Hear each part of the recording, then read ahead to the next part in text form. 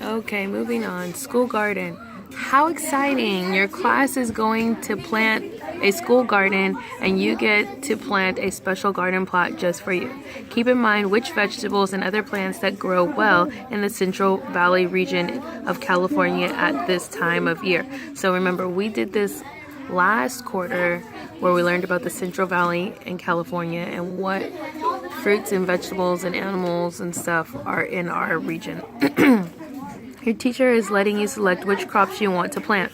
So crops. This is the crops. These are the things here are the crops. Which tools you will use. Here's our tools. Hand trowel, hand weeder, shovel, rake, soil scoop, garden spade. Now we've been out in this garden, so you should have some idea of what things we use when we're out there. And what supplies you will buy for your individual needs.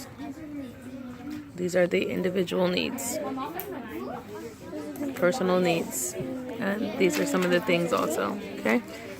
You will be working with your group, so make sure you purchase enough for everyone. You will need to put in on your thinking cap to choose the math strategies to purchase everything you need for $100.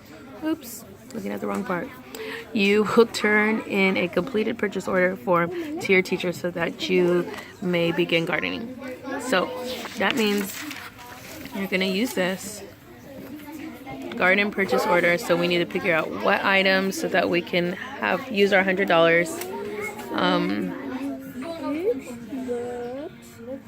Let's see, celery plants, leaves, lettuce, spinach seeds. Okay, cost of my plant, each picture. So after you do that, you're going to need to draw it out. That's the pictograph.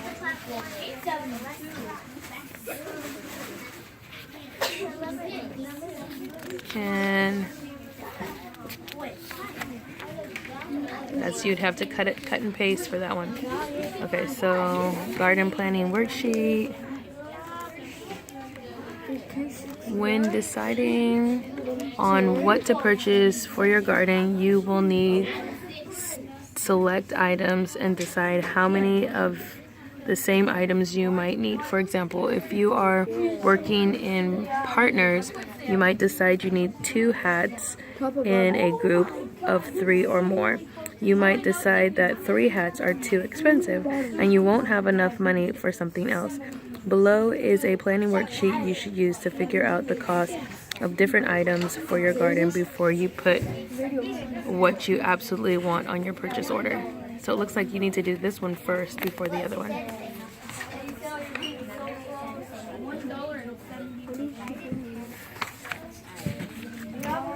Okay, here's another pictograph.